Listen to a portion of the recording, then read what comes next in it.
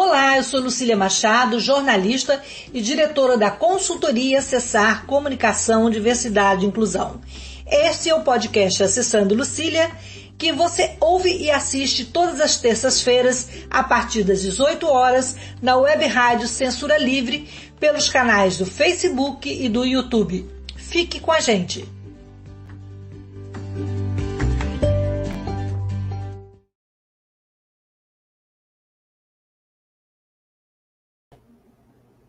Boa noite a todos. Hoje o nosso tema é a Lei Brasileira da Inclusão, que está completando agora, nesse mês de julho, o seu 7º aniversário. Então, nós vamos falar sobre os avanços, as barreiras para a aplicação da Lei Brasileira da Inclusão, também conhecida como Estatuto da Pessoa com Deficiência, né? Essa lei, ela já beneficia mais de 17 milhões de brasileiros. E o nosso convidado para essa conversa é o Geraldo Nogueira, é um ativista da inclusão, advogado militante, um jurássico na luta das pessoas com deficiência. Ele atua na área de direito civil, direito processual, direito do trabalho e direito da pessoa com deficiência.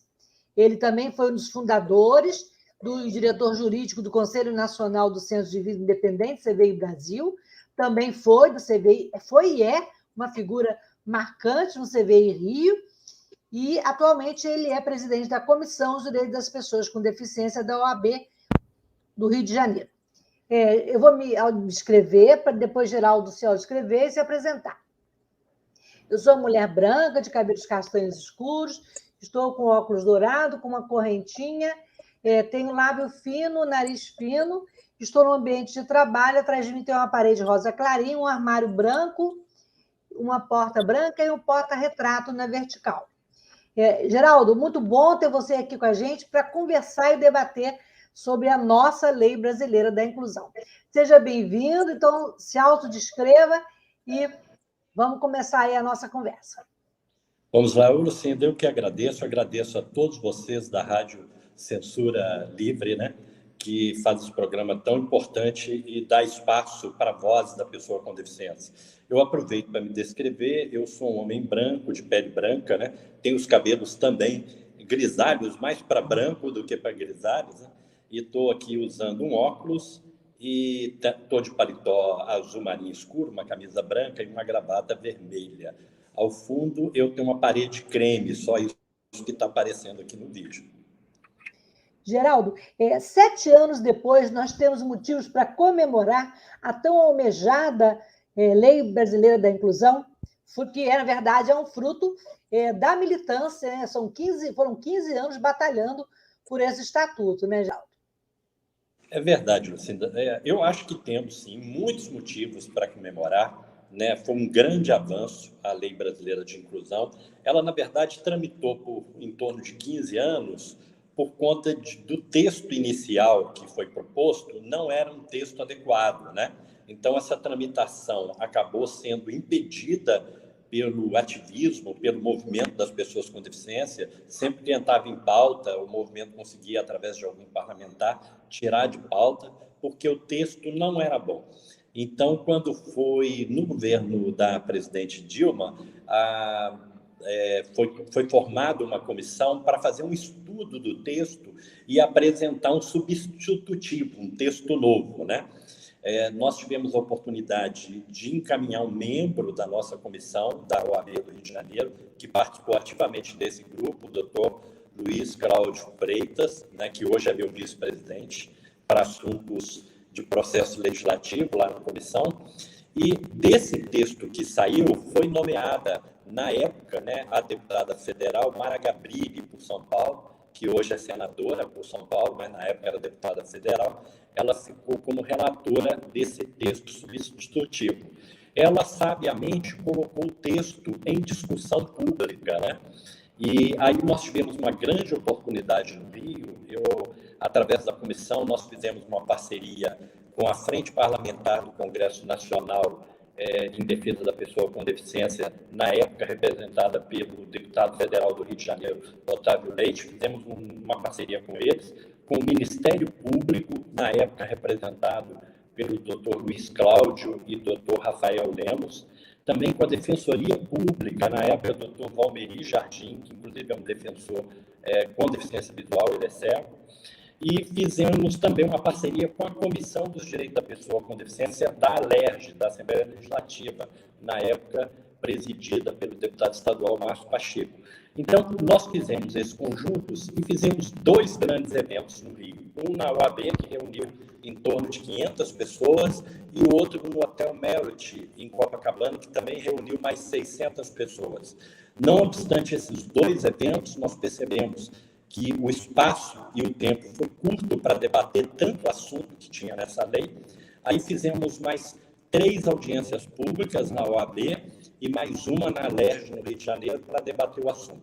Desse trabalho todo, nós produzimos um documento de sugestão, que foi entregue à deputada, né, com em torno de umas 14 páginas, e uma das sugestões que constou nesse documento, que saiu da comissão da OAB, foi o nome Lei Brasileira de Inclusão. Até então, o nome era só Estatuto da Pessoa com Deficiência, mas como era um nome que não agradava ao movimento, né, porque, na verdade, o Estatuto ele sugere muita tutela, proteção, acolhimento, né, de um grupo fragilizado, e a gente sempre lutou por igualdade de oportunidades. Então, aí veio a ideia do nome Lei Brasileira de Inclusão, saiu da OAB do Rio.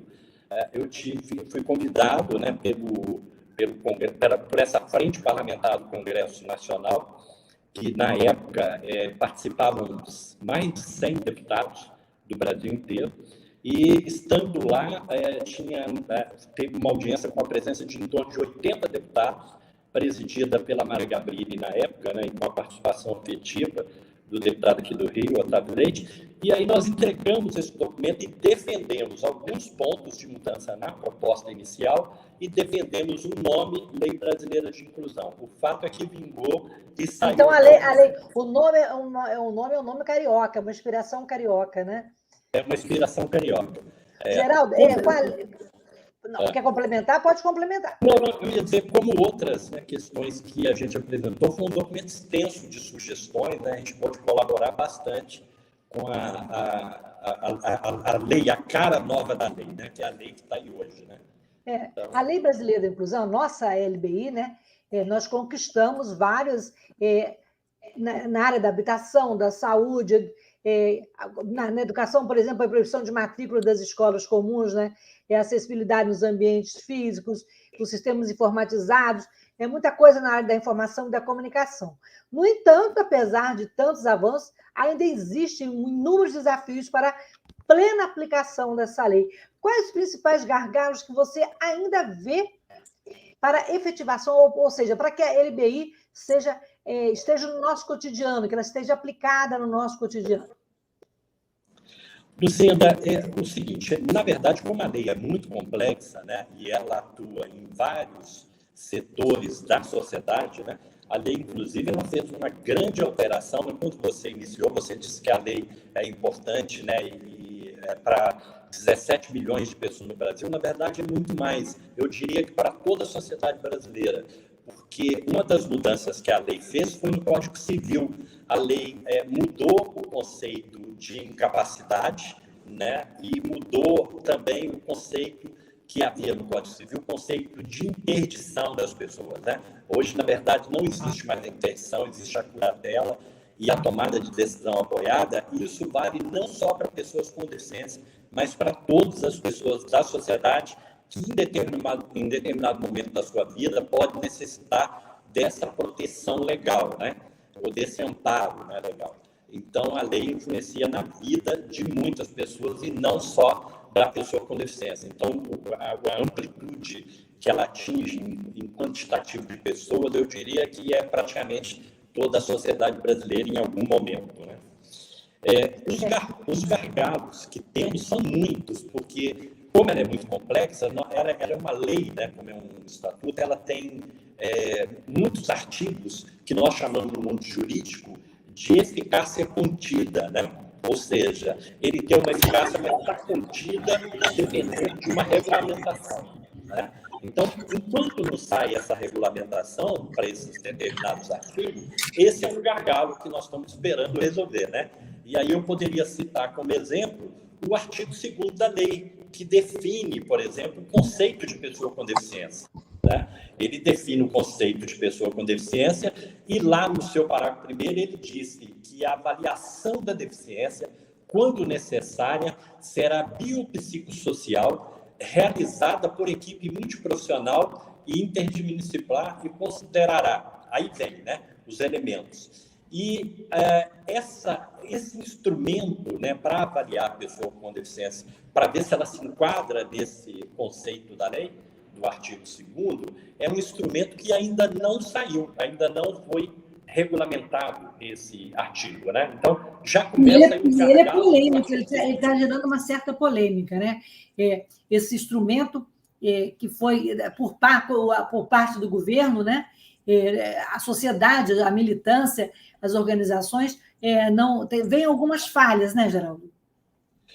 Na verdade, ele ainda não existe, né? Ele não saiu, esse instrumento, né? O artigo requer que seja colocado um instrumento de avaliação para os técnicos poder apurar se a pessoa tem uma deficiência e qual grau da deficiência ela tem, né? Se uma deficiência leve, moderada ou severa.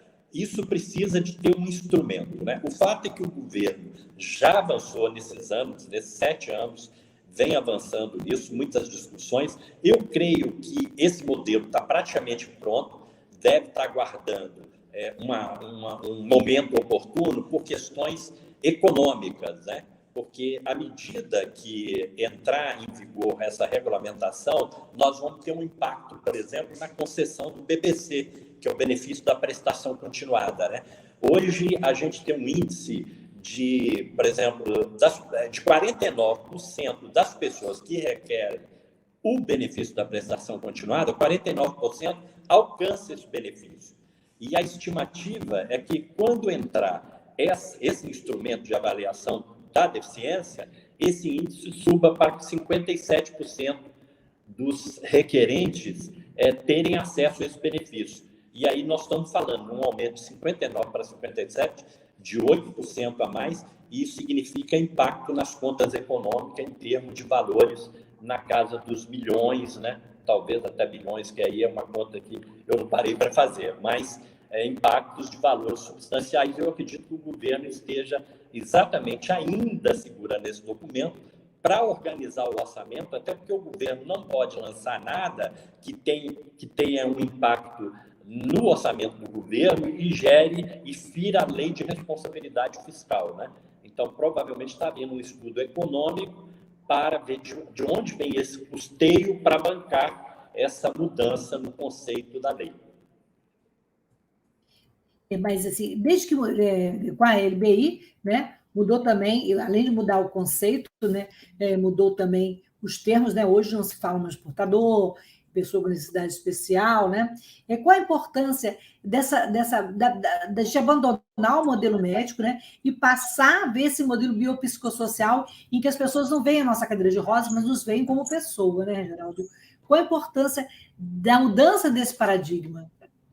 A excelente pergunta sua, Sandra, porque é o seguinte, na verdade, isso foi um grande avanço que a lei trouxe, foi exatamente mudar o conceito do conceito médico, né? Nós tínhamos um conceito médico da deficiência e a lei trouxe uma mudança para o conceito social da deficiência, né? Isso é uma mudança assim, que tem um impacto social muito grande e que, por si só, já gera um processo de inclusão social, só por essa mudança de conceito, né?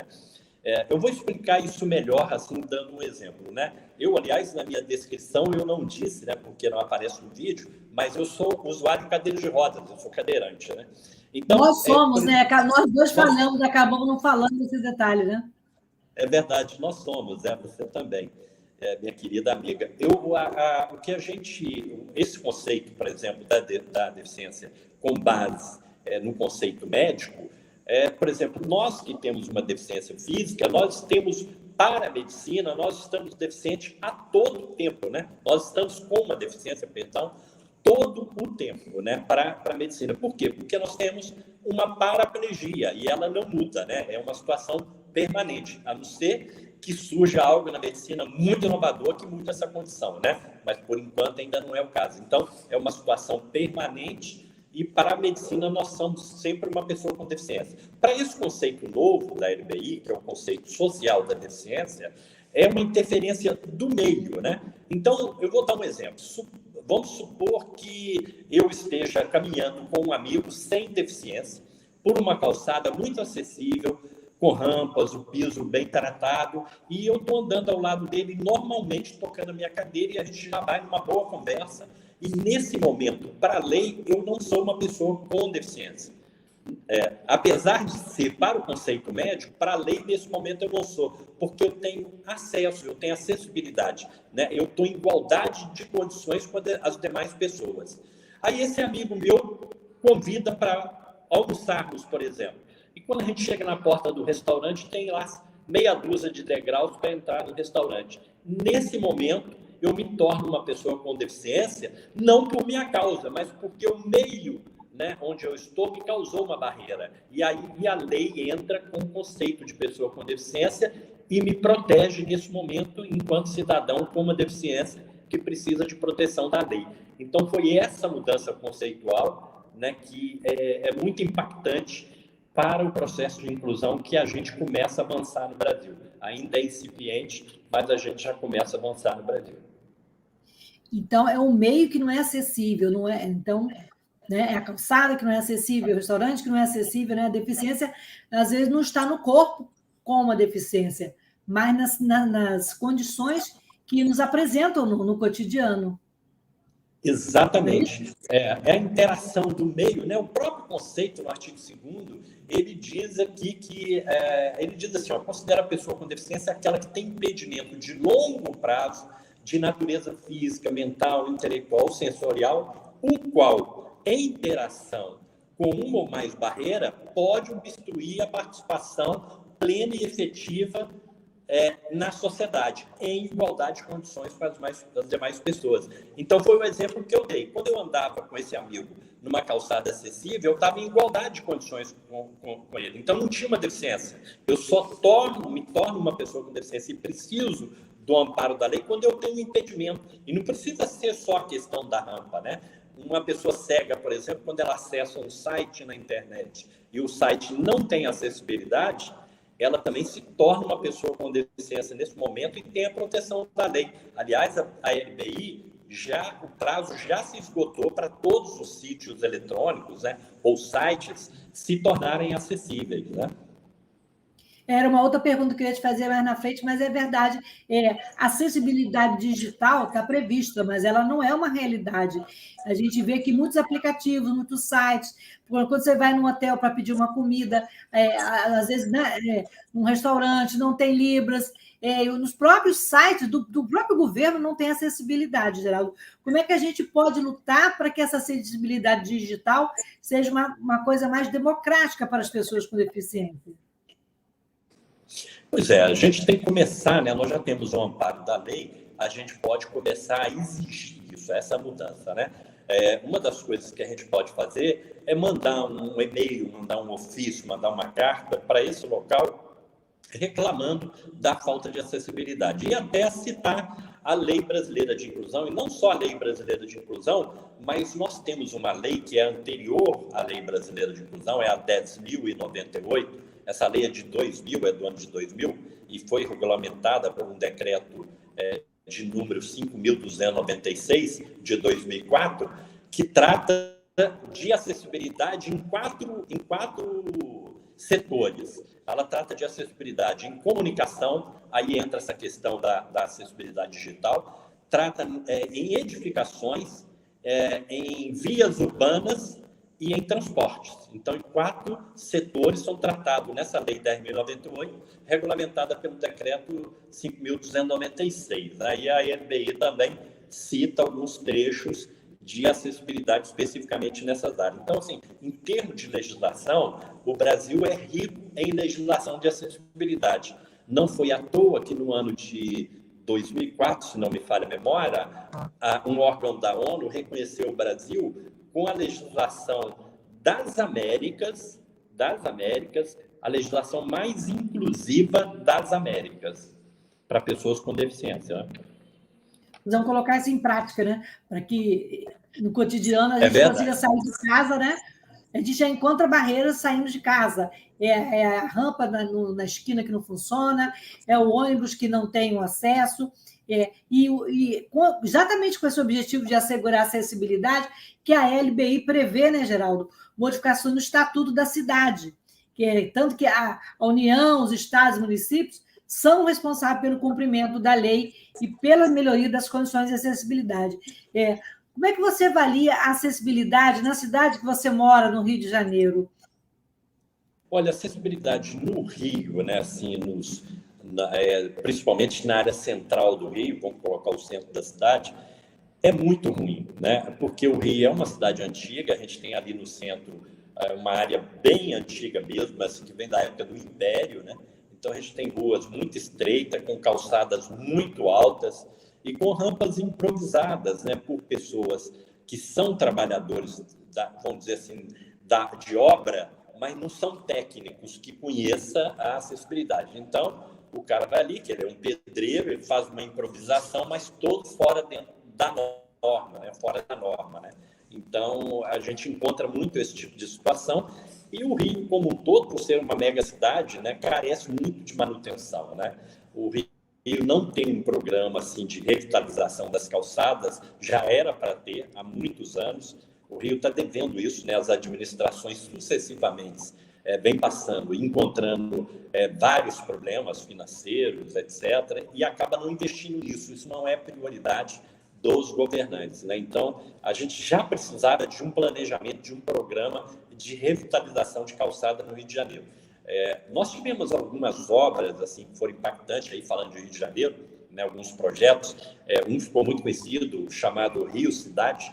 Esse projeto, ele na época, agora eu esqueci a quantidade de bairros, mas eu acho que foram 46, e ele, nos trechos, quer dizer, não acessibilizou o bairro todo, mas alguns veios, vamos dizer assim, principais em bairros, como Copacabana, Leblon, Ipanema, principalmente Zona Sul, né? Mas também teve em Campo Grande, em outras regiões. E onde passaram nessas obras do Rio Cidade, ficaram bem legais. Por exemplo, você vai hoje no bairro do Leblon, né, porque foi feito um concurso com escritórios de arquitetura, e o escritório, por exemplo, que atuou no Leblon, fez uma acessibilidade muito boa, sabe? Assim, as rampas são muito suaves, são muito bem executadas, com um material muito resistente, que vem resistindo aos anos. É difícil encontrar uma rampa quebrada, que tem um buraco, alguma coisa, ou que acumule água, né? Então, mas são coisas pontuais, né? A gente, na cidade como um todo, não tem. Mas, assim, essas obras mostraram que é possível. Aliás, aqui vai um elogio, um agradecimento ao CBI Rio, né, que você citou, essa ONG tão importante, porque na época dessas obras, o CBI foi o consultor de acessibilidade da prefeitura, acompanhando todas as obras para que saísse com perfeição essas obras no Rio de Janeiro, né? Então, onde tem obra do Rio Cidade, ficou bacana. Se a acessibilidade aqui nas grandes cidades já é difícil, no interior, e ainda mais nas regiões norte e nordeste, a gente sabe que a situação é pior. Como a militância, como as pessoas com deficiência podem se mobilizar para pressionar, através da Lei Brasileira da Inclusão, uma mudança ou uma cobrança de mais políticas públicas nessa linha, Geraldo? E você responde depois do intervalo, que agora a gente faz um intervalo de 30 segundos e a gente volta a esse assunto. Então, antes do intervalo, vou colocar aqui os comentários dos nossos ouvintes, lembrando que as pessoas podem fazer perguntas e comentar aqui no chat. Então, Antônio, pode colocar aí para a gente os comentários? O Joselito Arcanjo do Nascimento falou que vai assistir a gente. Muito obrigada, Joselito. Boa noite, Lucília Machado. Boa noite, Geraldo Nogueira. Muito obrigada. Eu acho que sim, temos que comemorar, sim, diz Joselito. E tem mais um comentário aí da ouvinte Delma Pacífico. Mudar esse conceito de deficiência é uma conquista social imensa e é um marco para a nossa sociedade. Então, vamos lá, Geraldo. Daqui a 30 segundos a gente comenta sobre a necessidade de políticas públicas para pressionar que a Lei Brasileira da Inclusão seja efetiva. A gente volta já. Para manter o projeto da Web Rádio Censura Livre de uma mídia alternativa, buscamos apoio financeiro mensal ou doações regulares dos ouvintes, de amigos e parceiros, já que não recebemos recursos de grandes empresas, políticos ou partidos. Seja um apoiador regular e ouça o agradecimento no ar durante as edições dos nossos programas. Sua ajuda é muito importante para nós. Enviamos prestação de contas mensal aos nossos apoiadores. Temos uma vaquinha virtual permanente. Anote o endereço virtual apoia.se/CLWebRádio. apoia.se/CLWebRádio. Saiba mais sobre a emissora no WhatsApp 21 96553 8908. Web Rádio Censura Livre, a voz da classe trabalhadora. Para ajudar a Web Rádio Censura Livre, anote os dados da nossa conta. Banco Bradesco, agência 6.666, conta corrente número 5602, dígito 2. Se preferir, nosso Pix é 32 954 696 0001 81. Somos uma emissora sem fins lucrativos e as contribuições são para pagar os custos de manutenção e transmissão. Desde já agradecemos a sua ajuda. Web Rádio Censura Livre, a voz da classe trabalhadora. Olá, eu sou Lucília Machado, jornalista e diretora da consultoria Acessar Comunicação, Diversidade e Inclusão. Este é o podcast Acessando Lucília, que você ouve e assiste todas as terças-feiras, a partir das 18 horas, na Web Rádio Censura Livre, pelos canais do Facebook e do YouTube. Fique com a gente!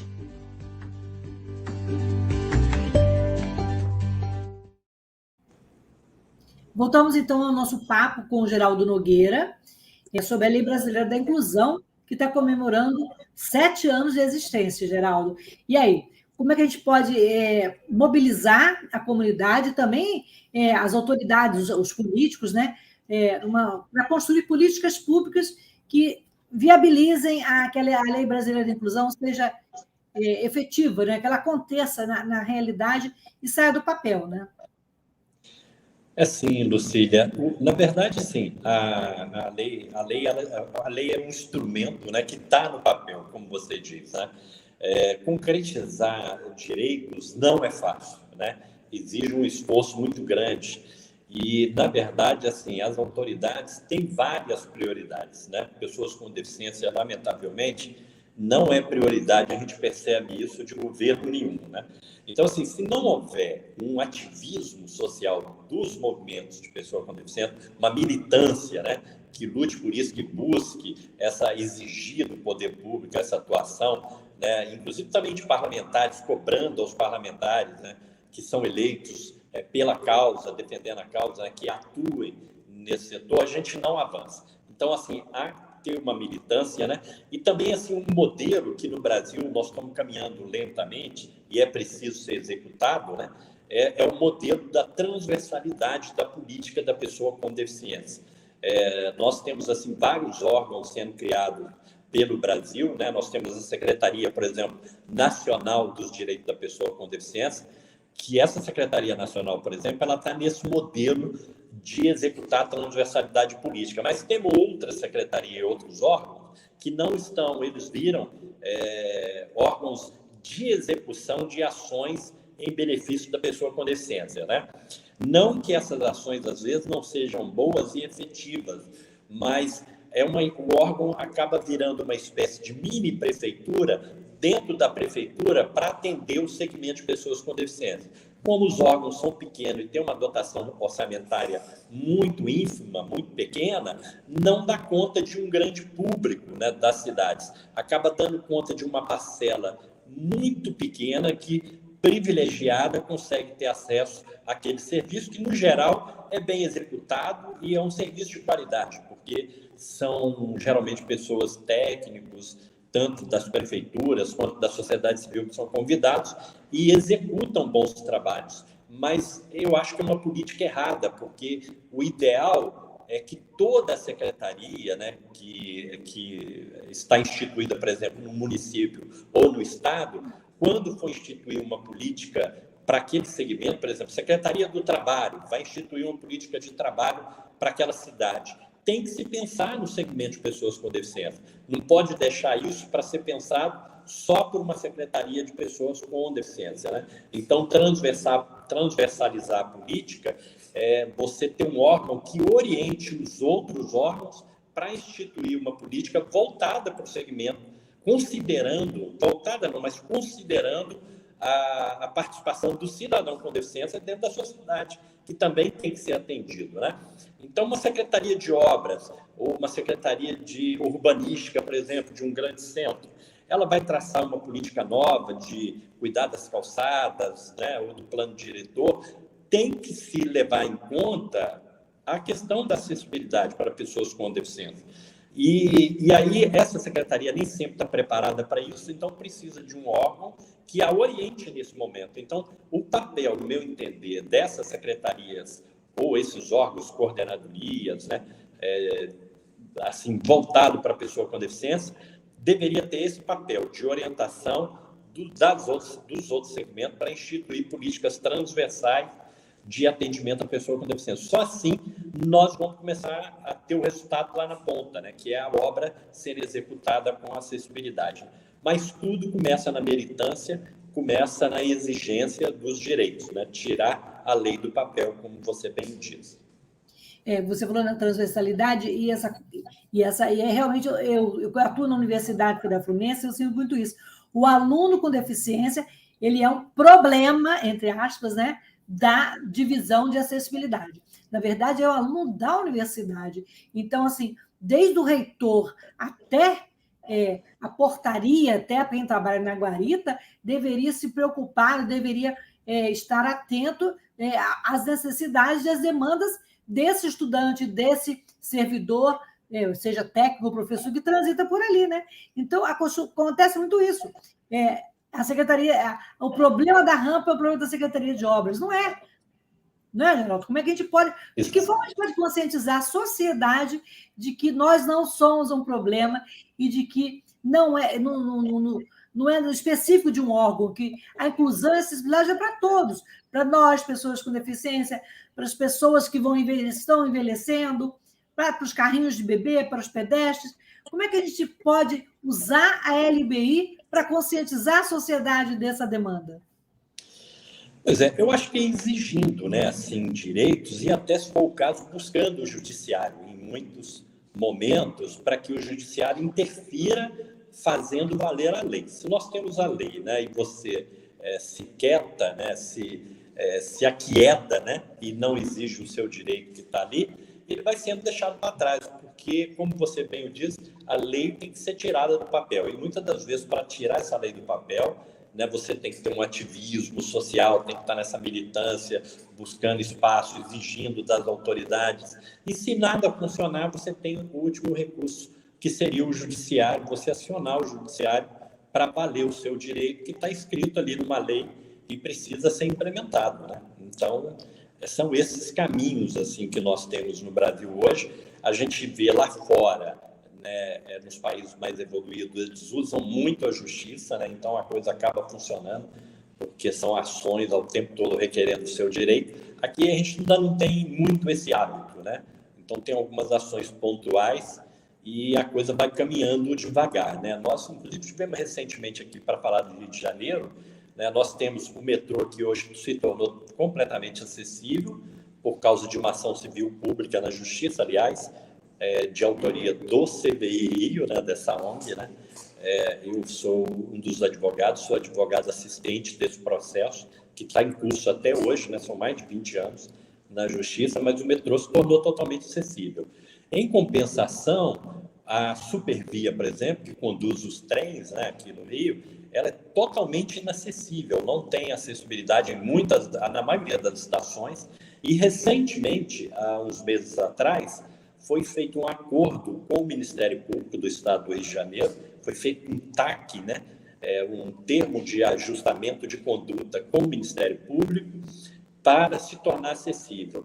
O que foi ruim nesse acordo, quer dizer, por um lado é muito bom, eu acho que tem que ser comemorado, mas a única coisa ruim é que o Ministério Público acabou, dentro desse termo de ajustamento de conduta, ter um prazo de mais 12 anos para a Supervia se tornar acessível. Então, veja bem que assim, as leis já existem há muito tempo, a obrigatoriedade de ser acessível já existe há muito tempo, eles nunca cumpriram, agora vão ter que cumprir, porque fizeram um acordo com o MP, mas ganharam esse prazo aí longo ainda para a gente ter as estações de trem do Rio de Janeiro todas acessíveis, né?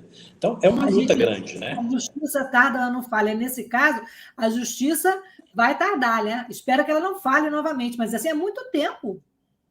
Exatamente, vai tardar, né? Já está tardando, né? Porque e surgiu esse caso, não sei se você lembra, de um aluno de uma universidade, já foi da UERJ, que ele acionou a Supervia por conta dos trens, aí a Supervia fez um acordo querendo pagar o transporte dele. A gente não quer que pague o transporte, a gente quer que o transporte seja acessível. Justo, Geraldo? Não, exatamente. Tiveram muitas ações contra a Supervia, né? Mas um volume imenso de ações. Agora, com esse acordo com o MP, com o Ministério Público, todas essas ações elas caem por terra, né? Porque a Supervia acabou fazendo esse acordo, ganhando esse prazo para executar. O ano que vem ele já começa a execução de obras em algumas estações, e aí, durante o tempo, até o final de 12 anos, eles deverão estar com todas as estações acessíveis, né? Então, e não tem como fazer isso antes, não tem como pressionar, não tem como recorrer para que esse prazo seja menor? Pois tudo é possível, né, no mundo jurídico, né? Mas a princípio não, né? Provavelmente eles não vão querer abrir mão desse acordo. Já foi feito, foi assinado pelas autoridades, né? Você imagina, daqui a 12 anos, uma pessoa já pode ter morrido que usa o trem. Bom, algumas estações antes disso terão acessibilidade, né? Esse é para concluir o processo como um todo, né? A gente tem que entender também assim, que é uma empresa grande, né? Complexa, com várias variáveis envolvidas, né, nesse tema, mas de qualquer forma que a gente analisa, o prazo ainda é um prazo grande, né? Mas, enfim, está caminhando, né? Eu até escrevi um artigo, viu, Lucília, que eu intitulei Chorar ou Comemorar, porque é exatamente isso, né? A gente fica até na dúvida se é comemorar ou chorar, né? É verdade. É triste. Eu vou procurar aqui para colocar aqui para os nossos ouvintes, Geraldo, bem interessante. Está na internet, sim. Voltando lá ao AB, o que o AB tem discutido ou tem levantado como bandeira dentro da Lei Brasileira de Inclusão? As pessoas procuram a OAB para terem ajuda, auxílio na execução da LBI, seja no caso das escolas, no mercado de trabalho? O que mais chega de demanda para a gente é com relação às escolas, né? É a questão dos profissionais de apoio, a LBI, lá no seu artigo, deixa eu ver aqui, profissionais de apoio, tá... Agora eu me esqueci qual é o artigo, mas acho que é o 27, artigo 27 da LBI, tem lá a exigência que as escolas têm que ter o profissional de apoio, né? E os jovens, principalmente com autismo, né, ou com paralisia cerebral mais grave, né, ou com deficiência intelectual também mais grave, dependem desses profissionais, não só no auxílio da sua vida diária ali dentro da escola, né, assim como fazer higiene pessoal, ir ao banheiro, se alimentar na hora do recreio, né, pegar o material de escola, precisa de uma ajuda, mas também, em muitos casos, né, por exemplo, com uma deficiência intelectual, ele precisa de um profissional de apoio para que ele entenda melhor aquela matéria que está sendo passada para todos os colegas, né, que não têm a deficiência intelectual, então, muitas das vezes, ele não consegue acompanhar, então, ele precisa do profissional de apoio. E as escolas, né, tanto pública quanto privada, no geral, têm recusado muito esse profissional, Então, os pais esbarram muito na comissão da OAB pedindo apoio para garantir esse direito. Essa é uma das maiores demandas que nós temos lá, mas as demandas são muito variadas, muito variadas. A gente, inclusive, assim, nós tivemos casos de pessoas com deficiência que se envolveram, né, com problemas com a delegacia, por exemplo, aí nós acompanhamos na delegacia o inquérito, né? Recentemente teve um rapaz que se envolveu num suposto crime e com deficiência auditiva, e nós acompanhamos ele, todo esse procedimento, todo o processo. A gente também faz análise de projeto de lei, né? Nesse momento, nós estamos avaliando, inclusive eu já estou com um relatório pronto para ser encaminhado, um decreto que o governo federal lançou no início do ano, instituindo a carteira nacional, a carteira de identidade. A nova carteira de identidade brasileira não terá mais número de identidade, será o número só do CPF, né? Então, é uma carteira nova, em formato de cartão, que você pode colocar várias informações sobre tipo sanguíneo, doenças que você tem, se você é doador de órgãos, se você quiser colocar o número da sua carteira de habilitação, você pode, o número da sua certidão de nascimento, as informações que você quiser, a lei prevê lá que você pode levar. E pode colocar os símbolos da deficiência, se identificar a pessoa com deficiência na carteira de identidade. Mas houve uma falha, porque assim, o decreto não fala uma vírgula sobre pessoa com deficiência, e aí um dos anexos da carteira, que traz o modelo da carteira como exemplo, nesse modelo vem os símbolos grafados ali, vem o símbolo da deficiência física, da deficiência visual, do autismo. No entanto, no decreto não tem nada descrito sobre isso. Isso foi uma grande falha que nós, da comissão, estamos fazendo um parecer, vamos encaminhar ao governo federal, através do CONAD, o Conselho Nacional, e através da Secretaria Nacional da Pessoa com Deficiência, para que o governo reedite esse decreto e coloque essa possibilidade no decreto da pessoa inserir esses ícones, né? Ou esses símbolos que representam a deficiência. E é voluntário, quem quiser colocar. Mas ajuda muito, né? A identificação do documento que a pessoa tem uma deficiência. Muito importante.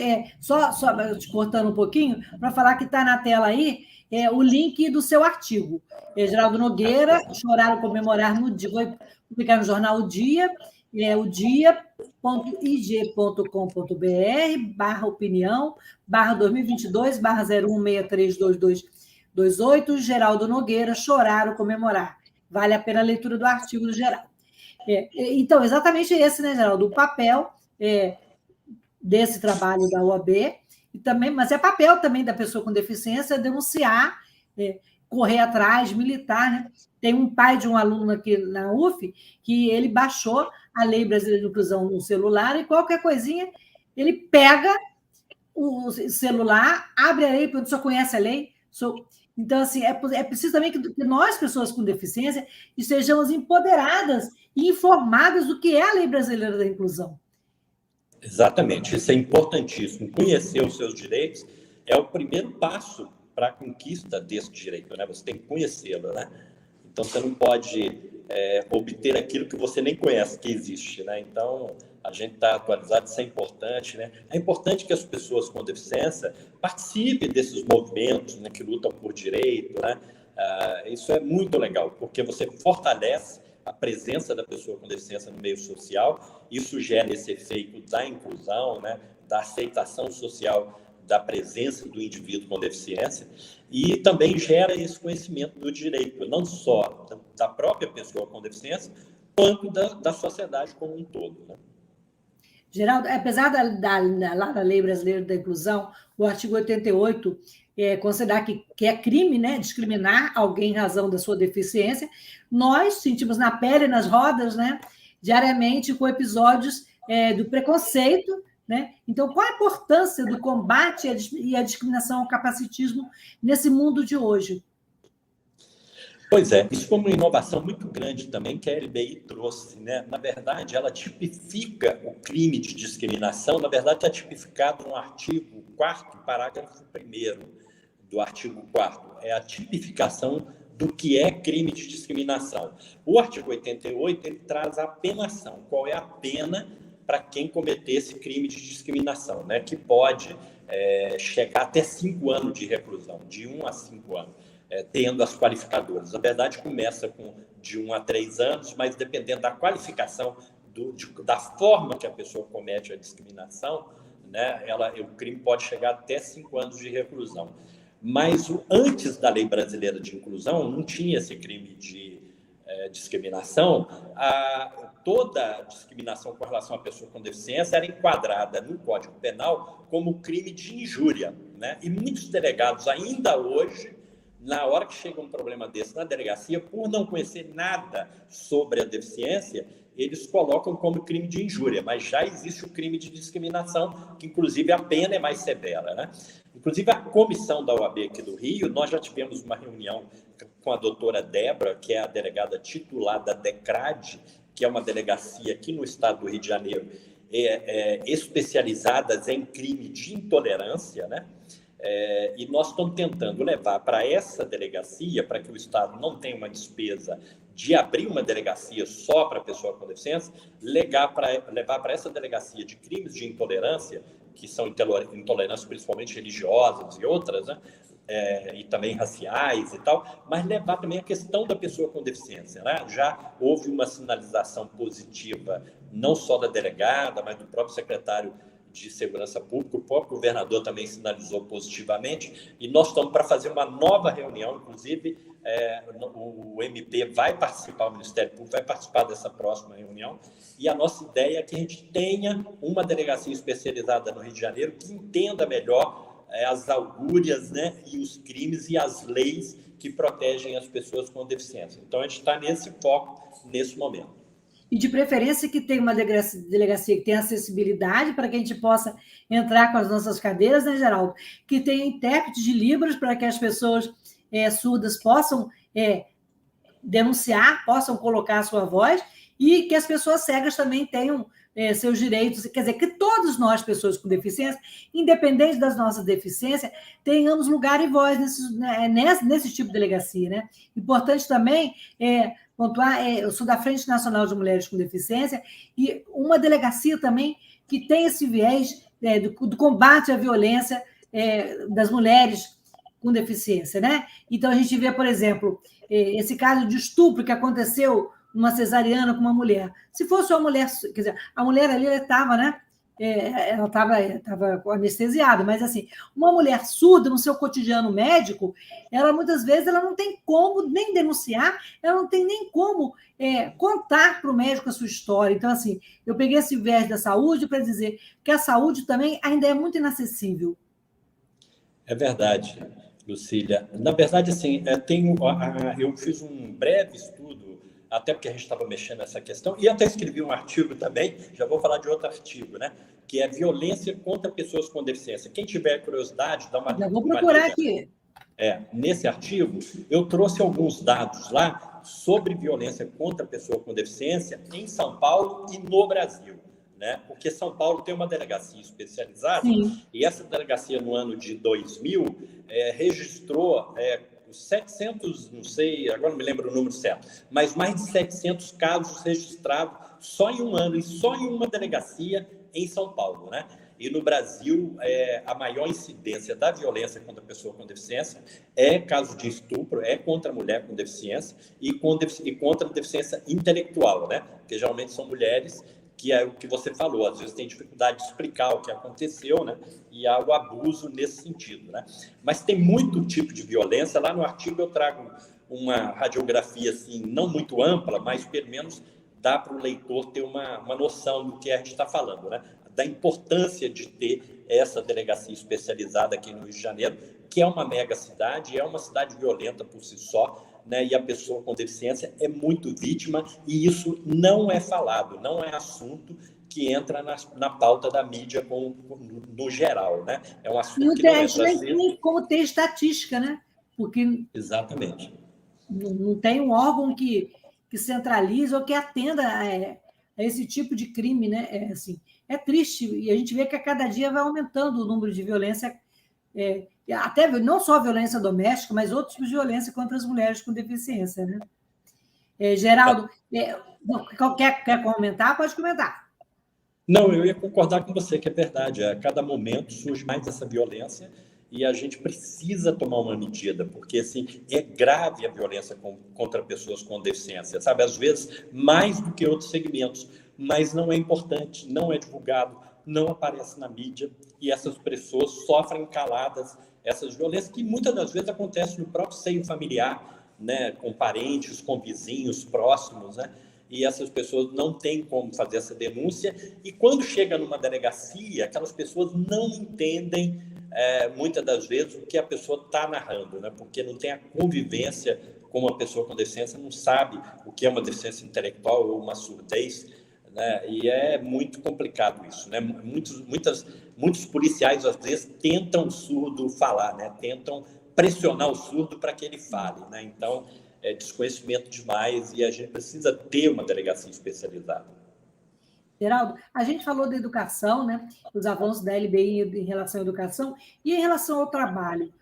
Como que a LBI contribuiu para o melhor acesso ao mercado de trabalho, para a diversidade? Olha, inclusive, eu tenho uma notícia, né, que a LBI vem sendo regulamentada, né? Cada hora sai um decreto regulamentando um artigo, né? Esse, por exemplo, lá o artigo 2º, que trata do conceito, já tem praticamente, é o que eu disse, um decreto minutado e um instrumento para definir. Está faltando só a questão econômica, provavelmente dependendo do Ministério da Economia, para dizer, olha, pode soltar que a gente vai ter recurso para pagar, né? Agora, com relação ao trabalho, né, eu tenho dito que, por exemplo, nós temos a questão do trabalho apoiado, né, o trabalho apoiado. Esse é um grande avanço, porque assim, é uma coisa que a gente quase não fala, mas a lei trouxe essa obrigatoriedade do trabalho apoiado. Isso é muito importante para quem tem uma deficiência intelectual e eu vejo vários jovens, né, falando para os seus pais que quer trabalhar, porque vê a dificuldade em casa, tem a noção de que trabalhar, ele vai ter dignidade, porque ele vê o irmão, que é um trabalhador, ou tio, ou pai, sendo uma pessoa mais digna. O trabalho gera dignidade e gera o respeito dos próprios familiares, né? A gente aqui, isso é fato na vida de qualquer um, não precisa ter deficiência, não. Se uma pessoa está em casa e não tem um trabalho, ele acaba naquele grupo familiar, ele não tem a dignidade que os outros que são trabalhadores têm, né? Então, o trabalho, até por esse motivo, é importante na vida das pessoas. Então, muitos jovens com deficiência intelectual vê isso acontecendo, percebem, têm essa percepção, têm essa noção e querem trabalhar, mas não conseguem, porque nós não temos um modelo do trabalho apoiado, né? Às vezes as pessoas pensam que será um grande prejuízo para a empresa, mas não. Tem muito trabalho que são trabalhos repetitivos, né, que não podem ser feitos por robô e que pode ser feito por uma pessoa com deficiência, tendo o apoio de um profissional especializado, né? Só que uma pessoa, por exemplo, pode dar o apoio a vários profissionais com deficiência ao mesmo tempo, né? E pode ter uma produção muito grande naquele trabalho, se for um trabalho adequado para aquele tipo de deficiência. Então, assim, a gente precisa pensar nessas coisas, porque são pessoas com deficiência que, dentro da própria deficiência, estão mais excluídos do que as outras pessoas com deficiência que têm seu intelecto preservado, conseguem se defender de uma forma melhor. Então, a LBI, eu queria citar esse ponto para não deixar excluído, né, esse segmento que é tão excluído ainda da deficiência intelectual, às vezes pelos seus próprios familiares e muito mais pela sociedade e até por nós mesmo do movimento de pessoas com deficiência, que às vezes esquecemos, né, desses nossos companheiros que têm a limitação da deficiência intelectual e precisa ser amparado, né? E a lei trouxe essa novidade de estabelecer o trabalho apoiado. E eu soube que o governo está trabalhando nesse momento num decreto para regulamentar esse artigo e eu acho que vai ser muito bacana, a gente deve ter novidades em breve. Então, a Lei Brasileira de Inclusão, devagar, ela vai sendo regulamentada e vai trazendo essas mudanças, essas novidades, como trouxe agora, no final aí do ano passado, instituiu o auxílio inclusão, né, que foi um benefício para que as pessoas não percam mais o BPC, a pessoa tem aquele benefício da prestação continuada e quando ia para o mercado de trabalho, perdia o benefício. Então, muitos não queriam ir para o trabalho porque ia arrumar um trabalho para ganhar um salário mínimo e o benefício da prestação continuada paga um salário mínimo. Então, ela preferia ficar com o benefício, né? Agora, ela pode ir para o trabalho para ganhar aquele um salário mínimo e vai ganhar o auxílio inclusão, que é mais a metade do salário que ela ganha do BPC que ela ganhava, ela vai continuar ganhando mesmo trabalhando. Então, é uma novidade que há pouco tempo foi regulamentada pela LBI. Né? Então, são muitas coisas aqui, olha, mas tem várias... Em relação à moradia, a LBI também tem uma preocupação com a moradia. E moradia, artigo 31 da lei...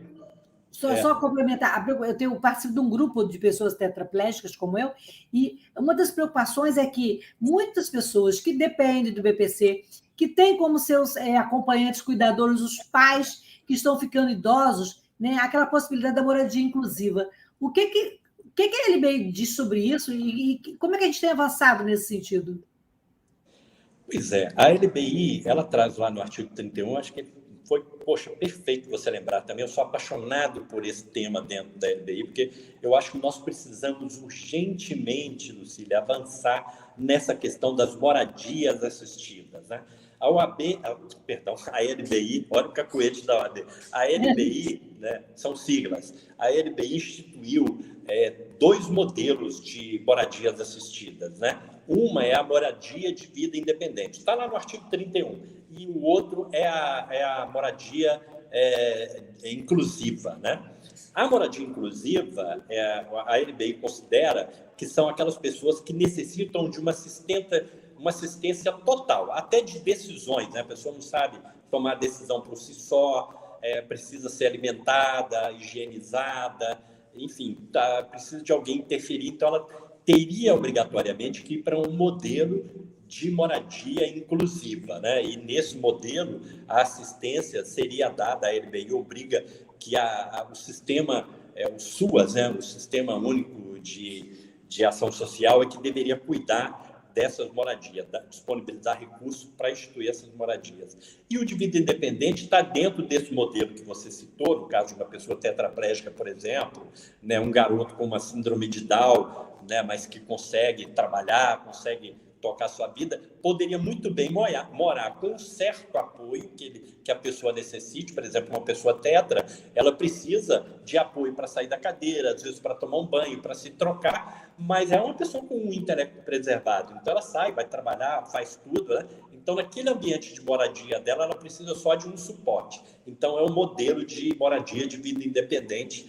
E que, assim, na verdade, cada local pode instituir um modelo próprio dentro desse conceito básico que eu falei, né? Então, cabe muitas coisas, né? Eu pensaria, quando eu passei aqui pela Secretaria da Pessoa com Deficiência aqui no município, eu instituí um grupo para estudar a moradia assistida aqui, e a minha ideia era construir um condomínio, né, com moradia de pessoas com deficiência e de estudantes, né?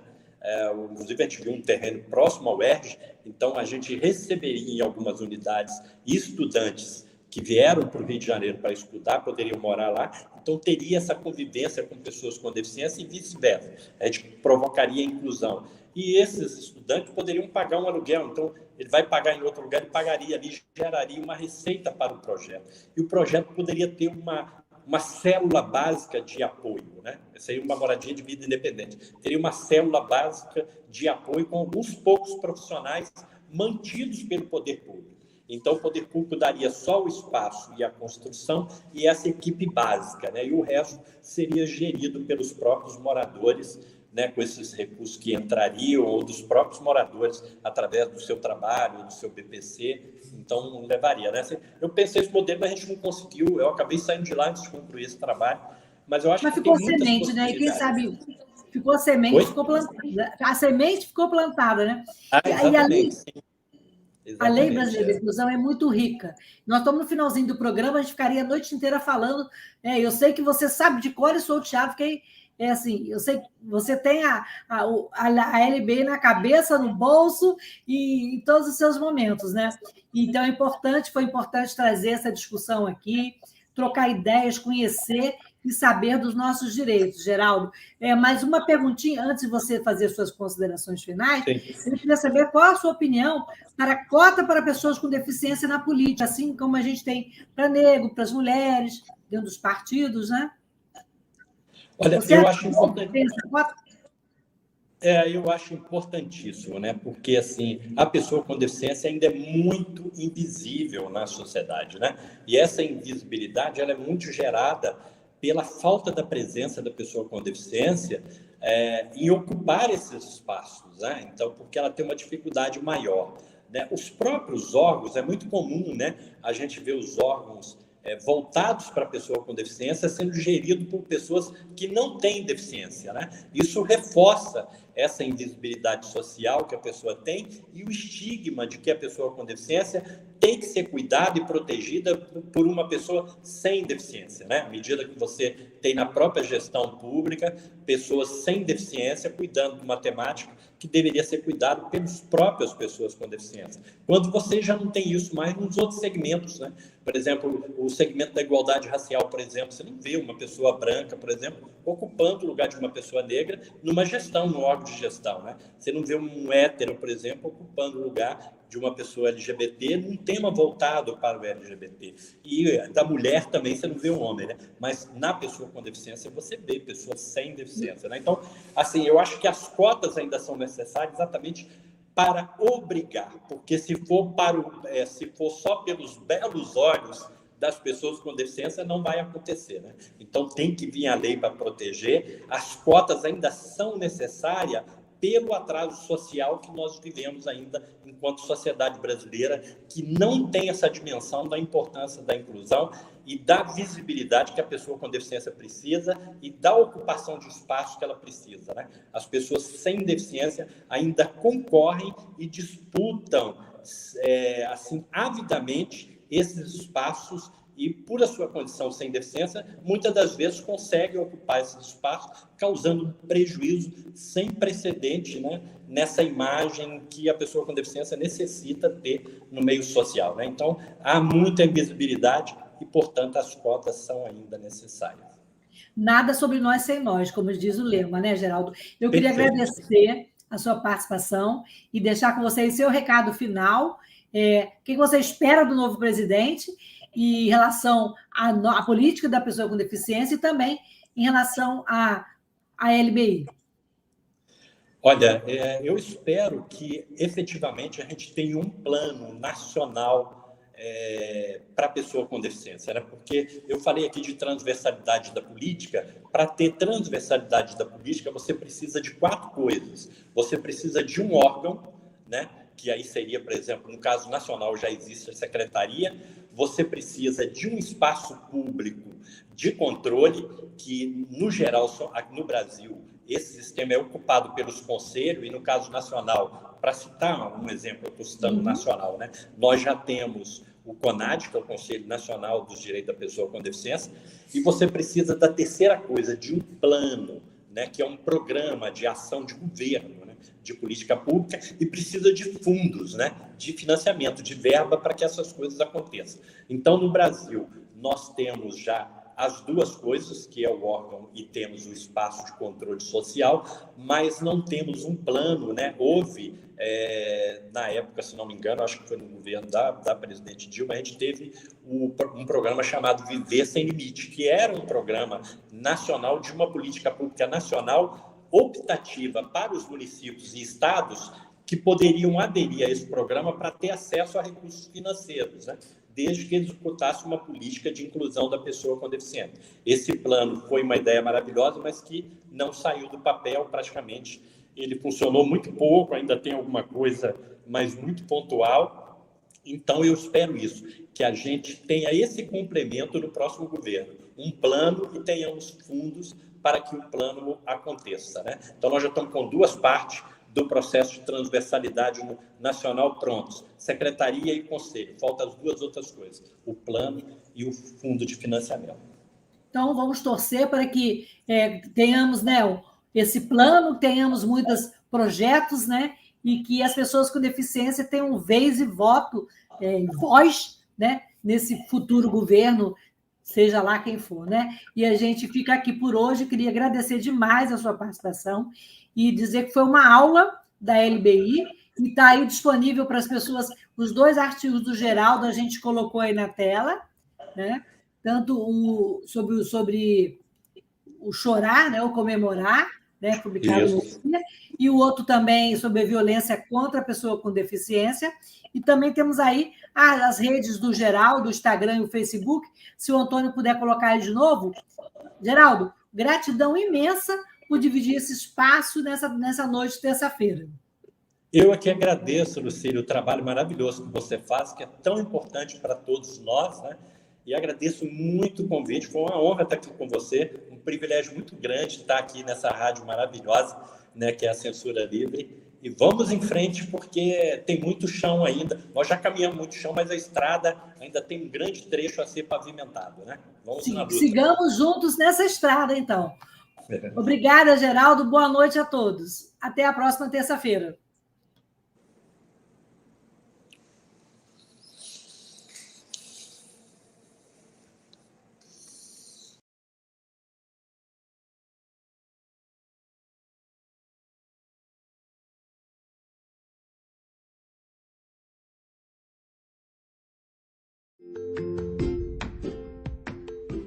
Olá, eu sou Lucília Machado, jornalista e diretora da consultoria Cessar Comunicação, Diversidade e Inclusão.